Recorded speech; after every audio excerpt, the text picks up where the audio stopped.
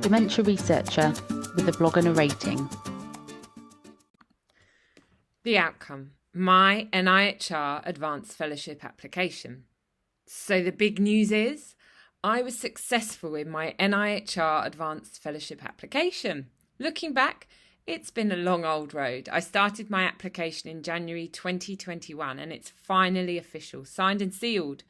In this blog, I wanted to give an overview of actual timelines, of key milestones, and some tips and hints in case you're considering embarking on the same journey. Now, I knew when I finished my NIHR-funded PhD that I wanted to continue applying for funding via the NIHR Fellowship route. As I came up to the finish, I also knew that I didn't have the time to prepare a fully finished advanced fellowship application. Instead, I went for the bridging funding or the Development Skills Enhancement Award. This one-year award bought me both protected time to invest in the application and allowed me to finish some key components of my PhD work, so primarily some extended data collection and publications. Importantly, though, this did really provide, and perhaps really most importantly, ring-fence time to invest in actually writing the application as well as thinking time to formulate my ideas with my mentors.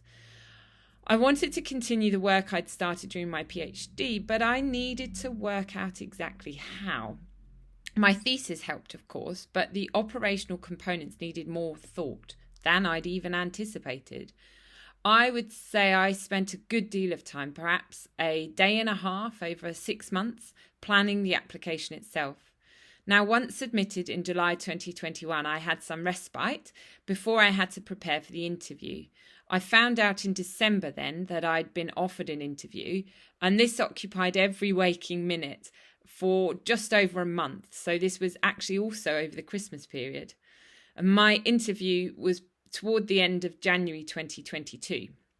Finally, I was told the outcome of my application in March 2022. I'd been successful. But being told you've been successfully awarded a fellowship or grant is never the start of actually doing the fellowship or grant. I'd estimate that I spent hours and days negotiating the paperwork related to the award, both before and after I'd actually started my fellowship on the 1st of July. And it wasn't till mid-August that all the contracts between the various powers that be, so NIHR and UCL, were finally signed and I could go public. Part of these negotiations included things like changes of dates, timelines, and intellectual property, the latter being the trickiest for me to really get my head round, for the legal terminology and even the concept of intellectual property are quite strange for an NHS employee like me. I must confess, I didn't put all my eggs into one basket though. That seemed really risky. So over the 18 months, I also applied for several other things. So I applied for an ESRC fellowship application that was declined without interview.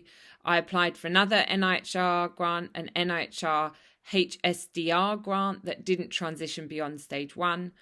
I was a co-applicant on an unsuccessful Alzheimer's Society grant, and I led a small application for an unsuccessful travel grant.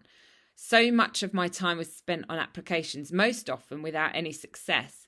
I did secure a very modest Alzheimer's Research UK UCL grant and a small UCL Grand Challenge Award en route.